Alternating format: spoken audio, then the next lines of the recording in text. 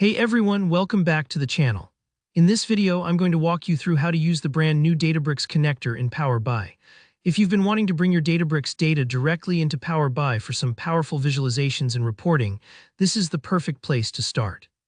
By the end of this tutorial, you'll know exactly how to set up the connection step by step, so you can start building dashboards with your Databricks data in no time. Ready? Let's jump right in. So first things first, let's open up Power BI on your machine. If you haven't launched it yet, go ahead and do that now. You'll land on the familiar welcome screen. Now I want you to head over to the Home tab right at the top left.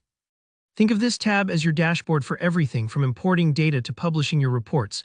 It makes things really accessible. Now from here, take a look at the ribbon along the top and you'll see a button that says Get Data. This is where all your journeys to DIY data visualizations begin. Click on Get Data. You'll see a window that pops up with a search bar and a pretty long list of data sources. Power BI can connect to a ton of different things, so to make our lives easier, just start typing bricks into that search bar, not Databricks, but just bricks. This search will filter down the list almost instantly, highlighting the Databricks connector we're looking for. Once you see Databricks pop up in the list, go ahead and select it. You might notice there are a few different Databricks options. You're looking for the one that simply says Databricks, not anything extra like Databricks Legacy. This is important because with the new connector, you get improved performance and some handy new features. With it selected, click Connect.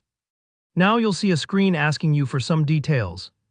Server, HTTP path, and then an option between direct query or import. Let's break this part down a bit. The server and HTTP path are both pieces of information you'll usually be able to get from your Databricks workspace admin or directly from your Databricks account. If you're not sure where to find them, don't worry. There's plenty of help available on the Databricks site or from your IT team. Typically, these are copy-paste steps, so just double-check for typos. Next, you'll have to choose how you want your data to come across. I recommend selecting Import here. This means Power BI will pull a snapshot of your data into the report, which usually gives you better speed and responsiveness while working. If you need real-time, up-to-the-second data, direct query is your friend, but it can be slower and depends on your Databricks setup. For most people just starting out, import is the way to go. Once you've filled in these details, all that's left to do is click OK. Now, depending on your internet connection and how much data Power BI needs to peek at, you might wait a moment or two. Don't worry if it takes a bit. This is Power BI making sure everything's secure and connected. And that's it, you're now connected. From here, you can start browsing your Databricks tables, build out your visualizations, and get deep insights from your data, all within Power BI. It's genuinely that straightforward, and once you do this for the first time, the workflow becomes second nature. Alright, if you found this walkthrough helpful, don't forget to give the video a thumbs up. Drop any questions you have in the comments, I always love helping out.